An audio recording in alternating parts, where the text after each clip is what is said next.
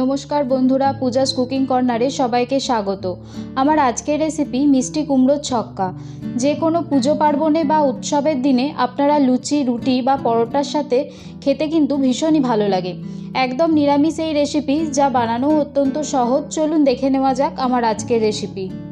উপকরণে আমি প্রথমেই নিয়ে নিয়েছি মিষ্টি কুমড়ো 500 গ্রাম, আলু 2টো, কাঁচা ছোলা অল্প একটু, আদা বাটা 1 চামচ, হলুদ গুঁড়ো 1 চামচ, লঙ্কার গুঁড়ো 1 চামচ, পাঁচফোড়ন নিয়েছি অল্প একটু, তেজপাতা 1টা, শুকনো লঙ্কা 1টা, সর্ষের তেল পরিমাণ মতো, কাঁচা লঙ্কা নিয়েছি 2টো, ভাজা মশলা 2 চামচ, চিনি নিয়েছি পরিমাণ মতো আর নুন পরিমাণ মতো।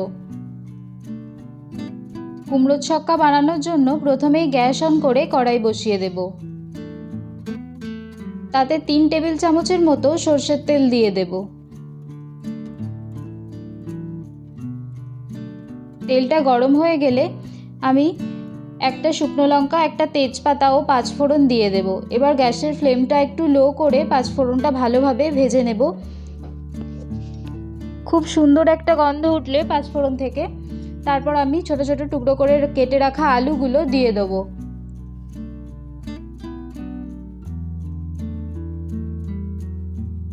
এরপর মিনিট 3 সময় নিয়ে আলুগুলোকে ভালো করে ভেজে নেব। এরপর আলুর সাথেই কুমড়োগুলো দিয়ে আবারও বেশ কিছুক্ষণ ধরে কুমড়োগুলোও ভেজে নেব।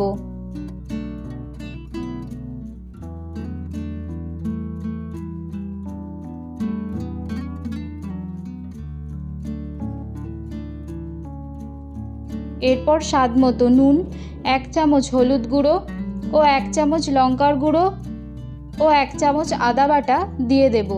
দিয়ে ভালোভাবে মশলার সাথে আলু ও কুমড়োটাকে কষিয়ে নেব।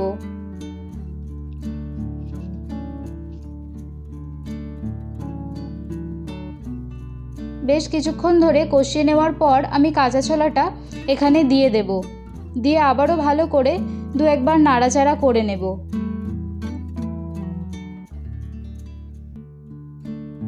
এরপর পরিমাণ মতো চিনি দিয়ে দেব। চিনিটা দিয়ে আবারও বেশ ভালো করে মিশিয়ে নেব। এরপর 2টো কাঁচা লঙ্কা চিড়ে দেব। দিয়ে 2-1 বার ভালোভাবে নাড়াচাড়া করে ঢাকা দিয়ে মিডিয়াম টু লো ফ্লেমে 5 থেকে 7 মিনিট হতে দেব।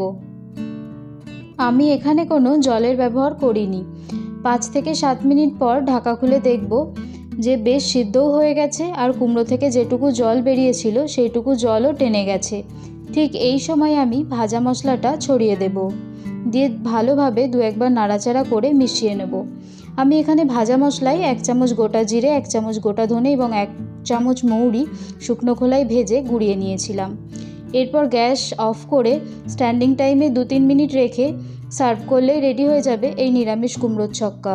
অসংখ্য ধন্যবাদ ভিডিওটি দেখার জন্য। এরকম আরও ভালো ভালো রেসিপি পেতে আমার ভিডিওটি লাইক করে চ্যানেলটি সাবস্ক্রাইব করে রাখুন। ধন্যবাদ। ভালো থাকবেন, সুস্থ থাকবেন।